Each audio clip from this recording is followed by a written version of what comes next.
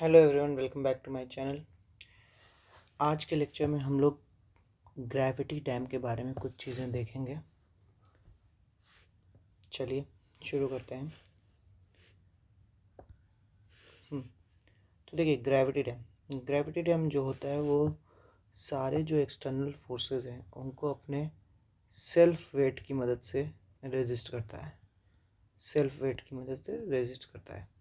तो अब इसमें जो फोर्सेस आ रहे हैं मेजरली उसका वेट, ये वाटर प्रेशर और ये नीचे से अपलिफ्ट, सॉइल से अपलिफ्ट, ये तीन मेजर है। बाकी और भी हैं तो वो देखते हैं बारी बारी। तो देखिए, force due to water pressure क्या है? ये पी डब्ल्यू क्या निकलेगा? जो वाटर प्रेशर का जो डायग्राम बन रहा है उसका एरिया। तो P W is equal to half into gamma W into H square, half into gamma W into H square. ये पी डब्ल्यू हो गया। ये कितनी दूरी पे लगेगा? यहाँ से h/3 दूरी पे, h/3 दूरी पे ये लगेगा। लिख दे रहा हूँ मैं यहाँ पे एट h/3। ये हल्का हो गया क्या पेन?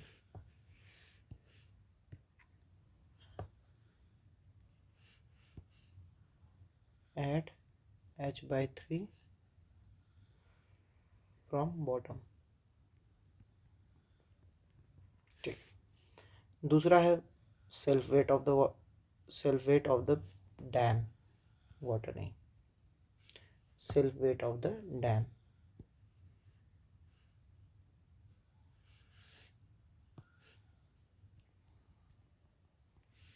ठीक है, तो वो क्या होगा? इसका वॉल्यूम इंटू इसकी यूनिट वेट। तो वॉल्यूम इंटू यूनिट वेट कर दिया। ठीक है। तीसरा है अपलिफ्ट। अपलिफ्ट क्या होगा? ये जो अगर अपलिफ्ट है, ये अपलिफ्ट जो आ रहा है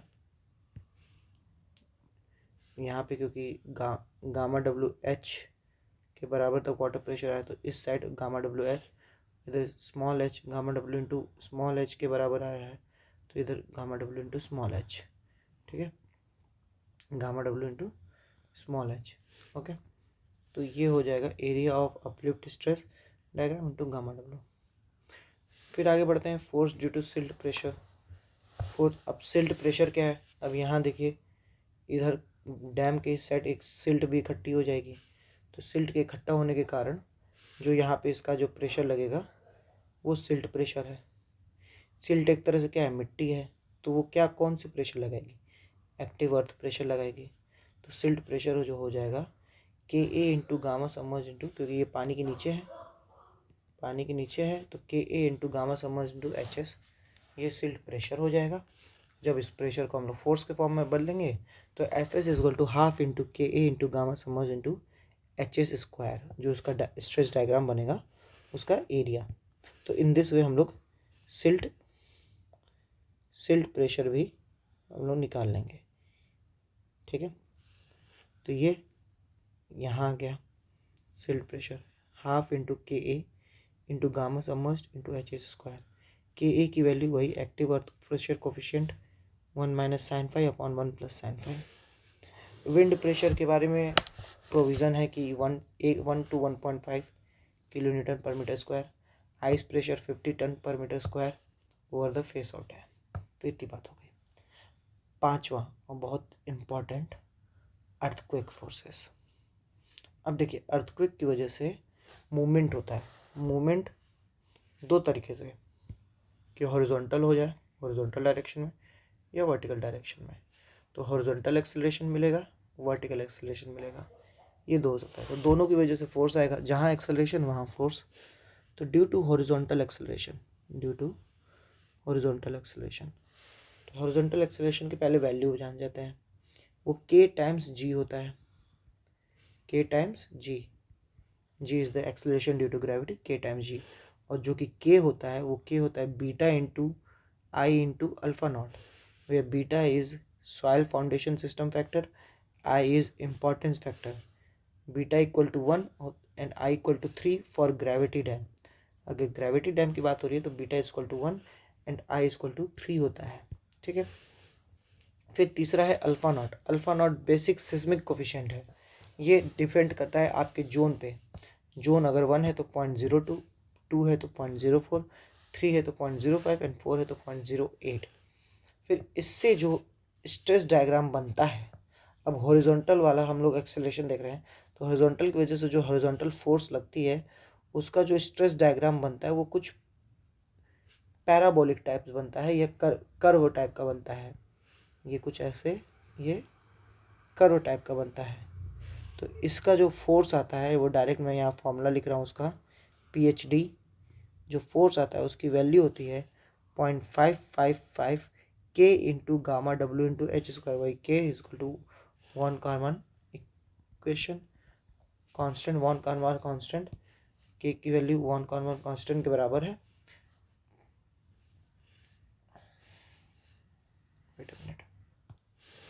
वन कॉमन कांस्टेंट। तो ये हो गया हॉरिजॉन्टल की वजह से, कि हॉरिजॉन्टल एक्सेलरेशन की वजह से ड्यू टू अर्थक्वेक PhD हो जाएगा 0.555 K into gamma W into H square.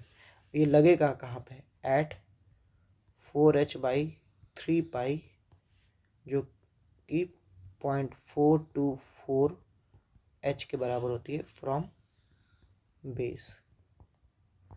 ठीक है, अब ये तो हॉरिजॉन्टल का हो गया।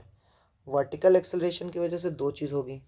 अब जैसे कि हम लोगों ने FM में पढ़ा है, कोई चीज़ वर्टिकली अप मूव कर रही है एक्सेलरेशन के साथ कोई चीज़ वर्टिकली अप मूव कर रही है तो उसका जो वेट है mg वेट वो कुछ बढ़ जाएगा, क्योंकि जो उसका सूडो फोर्स लगेगा ma नीचे वो उसके साथ जुड़ के आएगा तो वेट बढ़ जाएगा। लेकिन अगर कोई चीज़ डाउनवर्ड मूव कर रही है एक्सेलरेशन a के साथ तो उसका जो mg वेट है नीचे की ओर वो घट जाएगा, क्योंकि सूडो फोर्स अपोजिट लगेगा तो वेट घट जाएगा। तो in the same way acceleration में भी जब हम लोग अर्थक्वेक की वजह से एक्सेलरेशन हो रहा है दोनों डायरेक्शन में देखते हैं तो दोनों डायरेक्शन में देखते हैं कि मान लेते हैं अल्फ़ा वी नीचे की ओर हो रहा है, तो अल्फ़ा वी अगर नीचे की ओर होगा तो जो नेट इफेक्टिव वेट होगा वो घट जाएगा। W into 1 minus alpha v upon g होगा, 1 minus alpha v upon g अगर अल्फ़ा वी नीचे की ओर है। लेकिन अगर ऊपर की ओर है तो W into alpha v plus g हो जाएगा। ठीक है, वेट बढ़ जाएगा। तो वेट घटना हमारे लिए ख़राब केस है, तो ये हमारा वर्स्ट केस निकल के आता है ये हमारा, कि वेट घट गया, उसका इफेक्टिव वेट घट गया। ठीक है, तो हमारा जो फोर्स आता है ड्यू टू वर्टिकल एक्सेलरेशन वो यही इफेक्टिव वेट आता है, इसी को हम लोग निकालते हैं। तो हमारा जो वर्स्ट केस है ये एक्सेलरेशन डाउनवर्ड डायरेक्शन में हमारा वर्स्ट केस है। अब इसकी वजह से अर्थक्वेक की वजह से इनर्शिया फोर्स भी कैलकुलेट करने को आता है। Inertia force due to alpha H की वजह से इनर्शिया फोर्स वैसे है क्या, W/g इंटू एक्सेलरेशन। जब कोई एक्सेलरेशन है तो W/g into mass into acceleration. W/g क्या है, W वेट होता है, डिवाइडेड बाई g क्या है, मास है। तो एक तरह से ये मास इंटू एक्सेलरेशन है, तो अल्फ़ा एच हमारा एक्सेलरेशन था तो W/g इंटू अल्फ़ा एच। तो अल्फ़ा एच की जगह हम लोग क्या रख सकते हैं, ये जो हम लोग ने निकाला था K इंटू जी, तो K इंटू जी रखेंगे तो जी कट जाएगा, K इंटू डब्लू आ गया, ये आ गया K into W. Alpha V में भी ऐसे ही M इंटू ए, M हो गया W/g अल्फ़ा वी। अब इसका लास्ट टॉपिक फोर्सेस का लास्ट टॉपिक है वेव प्रेशर। वेव प्रेशर क्या है, अब वेव जनरेट होती हैं तो वो इसके फेस पे अटैक करती हैं। देखिए एक वेव ट्रैवल करके आएगी तो इसका नॉर्मल पूल लेवल ये है, हमारा नॉर्मल ये लेवल है वाटर लेवल। तो एक वेव जो अटैक करेगी उसका भी स्ट्रेस डेवलप होगा, ये स्ट्रेस डायग्राम उस वेव का बन के आया है। ठीक है,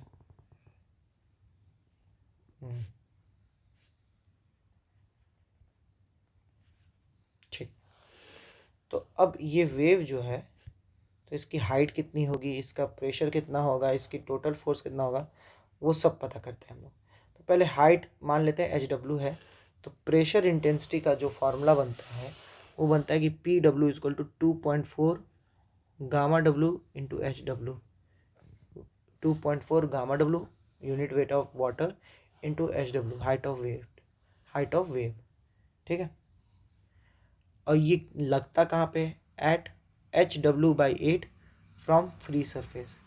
फ्री सरफेस से HW/8 पे ये maximum intensity, pressure intensity of wave PW आता है एट HW/8। ये देख सकते हैं हम लोग, ये HW/8।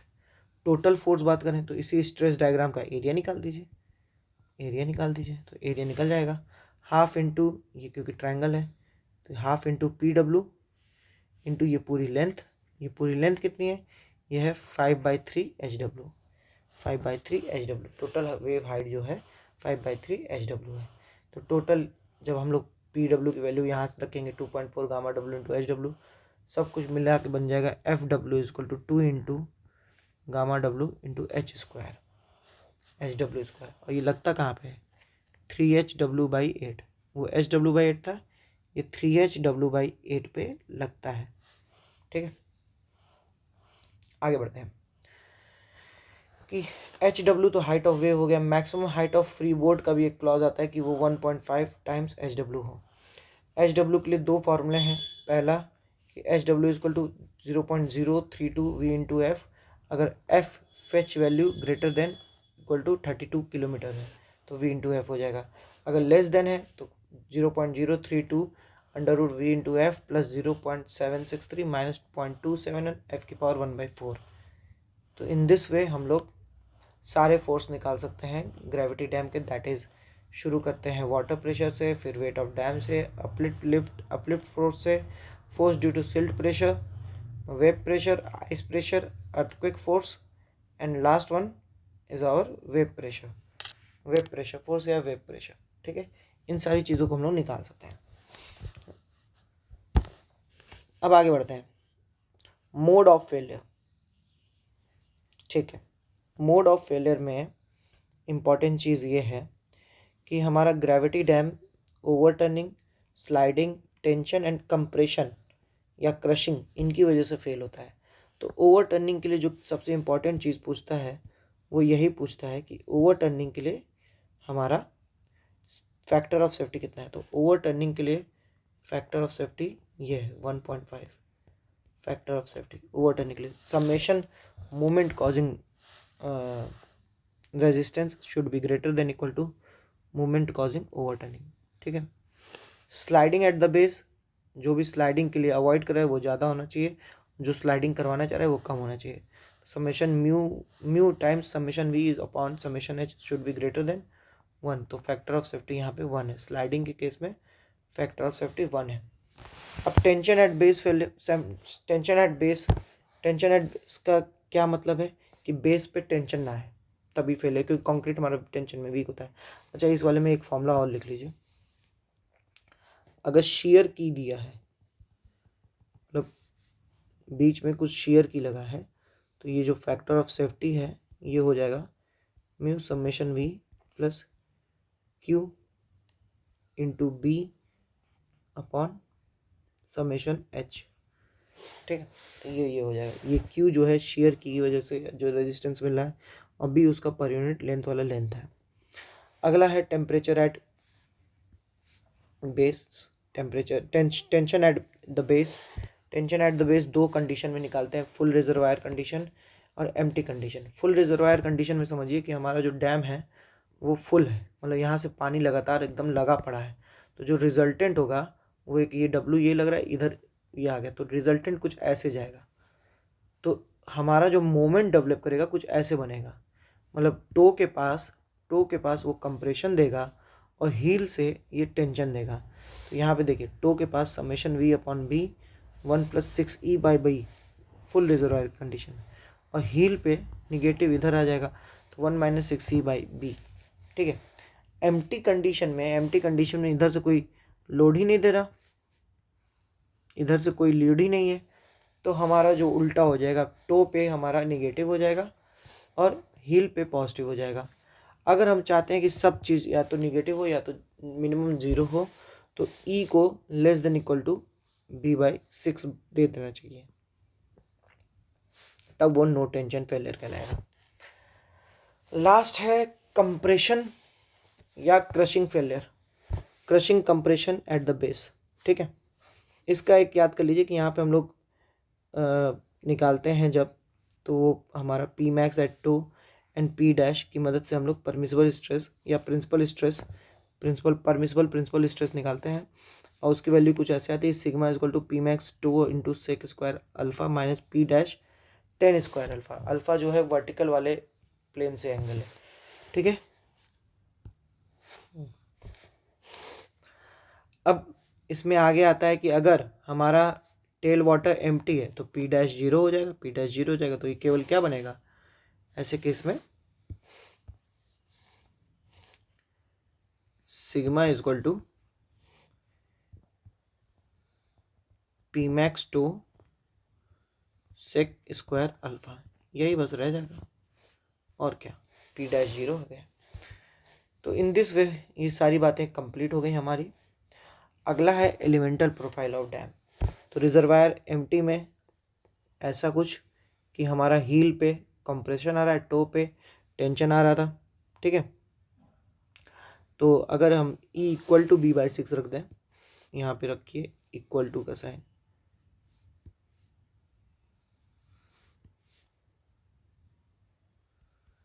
E equal to B/6 रख दें, तो हमारा ये हमारा हील पे जो प्रेशर है 2W/B हो जाएगा और टो पे प्रेशर 0 हो जाएगा।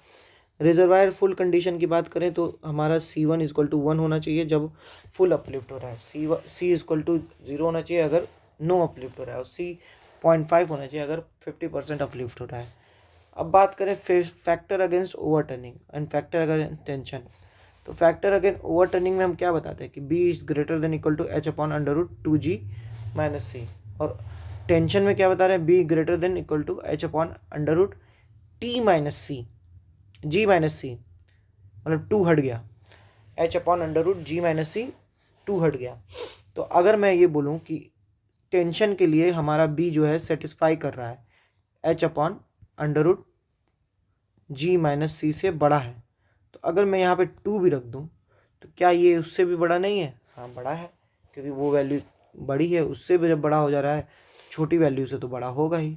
तो यहाँ पे इसीलिए एक क्लॉज आ जाता है कि अगर सेफ्टी अगेंस्ट टेंशन प्रोवाइड किए हैं तो safety against overturning check करने की जरूरत नहीं है। Safety against sliding B greater than equal to H/μG - C। ठीक है, एंड लास्ट है factor for safety against compression crushing. इसके लिए हाइट का क्लॉज है कि height less than equal to F/Γ/W G - C + 1। ठीक है, अगर हेड एक्चुअल में जो आ रहा है वो H मैक्स से कम है या उसके बराबर है तो लो ग्रेविटी डैम कहलाता है, अगर ज़्यादा है तो हाई ग्रेविटी डैम कहलाता है। ठीक है, high gravity dam further analyse is required finite elemental analysis and is used for analysis. So this is all about my today's lecture. आपको वीडियो अच्छी लगी हो ग्रेविटी डैम के बारे में तो अच्छा हमें सब्सक्राइब करें, बाकी हमारे वीडियोस देखते रहें, हमारे चैनल के साथ बनिए। SSC JEE के लिए हम लोग साथ में पढ़ते हैं, होप करते हैं अधिक से अधिक लोगों का सिलेक्शन इस बार हो। धन्यवाद, मिलते हैं अगले वीडियो में।